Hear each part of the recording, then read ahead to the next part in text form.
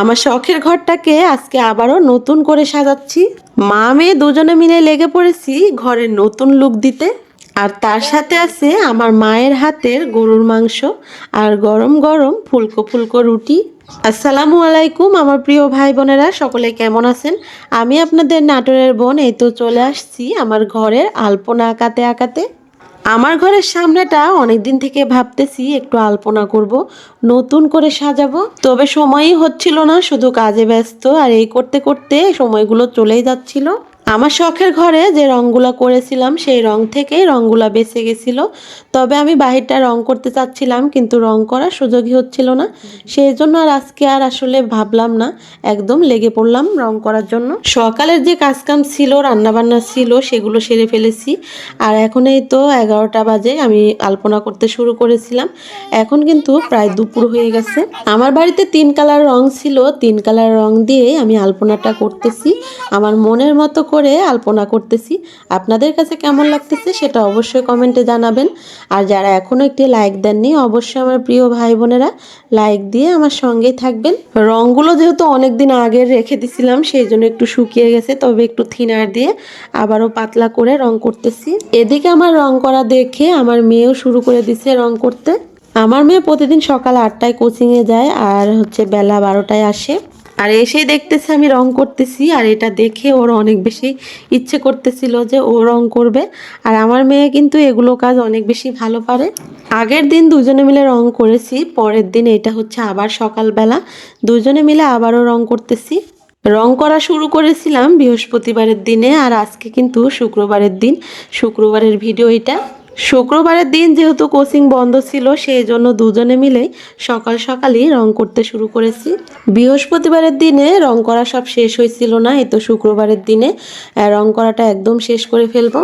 এদিকে যেহেতু আমি রং করা নিয়ে অনেকটাই ব্যস্ত ছিলাম, সেই জন্য আমার মা বাড়ির ভেতরের চুলায় মাংস রান্না করতেছে। এগুলো গরুর মাংস। আমার মায়ের হাতের মাংস রান্না সবাই আমরা অনেক বেশি পছন্দ করি, সেই জন্য মাকে দিয়েই মাঝে মাঝে মাংসটা রান্না করাই।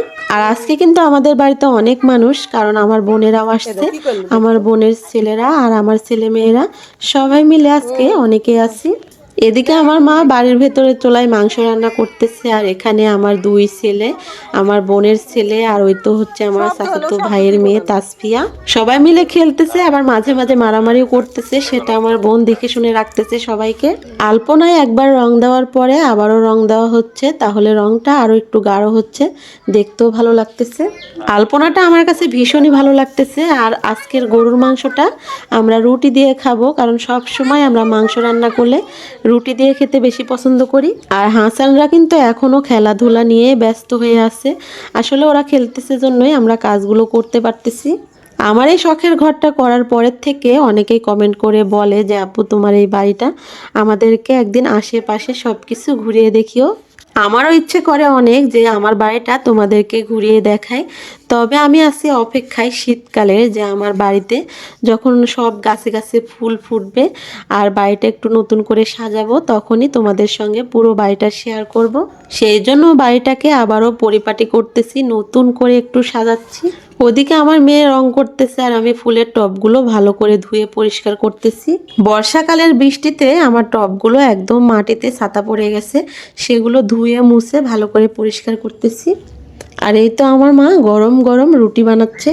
আজকে যতই কাজ করি তারপরে এই তো মা আজকে মাংস রান্না করতেছে, রুটি বানাচ্ছে, সেটা মায়ের হাতের খাবো, সেই জন্য অনেক বেশি ভালো লাগতেছিল।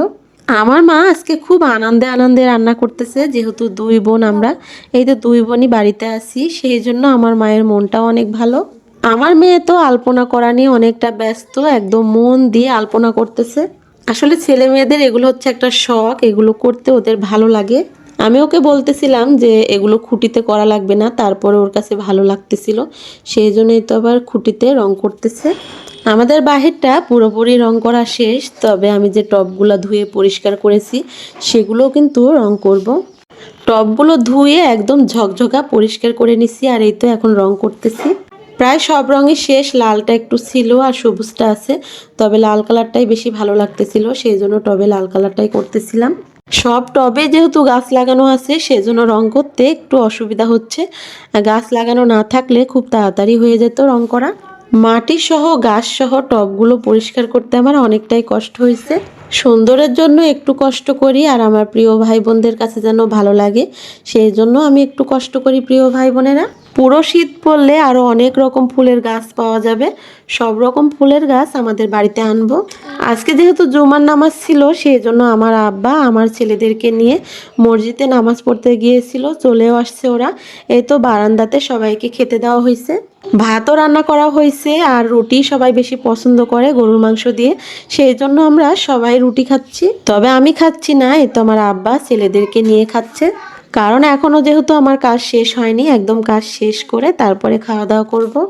হাসান আর ইয়াসিনকে দুইজনকে আমার বোন খাইয়ে দিছে, সেই জন্য ওরা আর এখানে খেতে আসেনি। আপনাদের সঙ্গে গল্প করতে করতে আমার কাজগুলো হয়ে গেছে, অনেকগুলো টব রং করে ফেলেছি। আর আমার বাড়ির পুরো আলপনাটা আর আমার বাড়িটা দেখতে হলে অবশ্যই আমার চ্যানেলটি সাবস্ক্রাইব করে আমার সাথেই থাকতে হবে। আল্লাহ হাফেজ।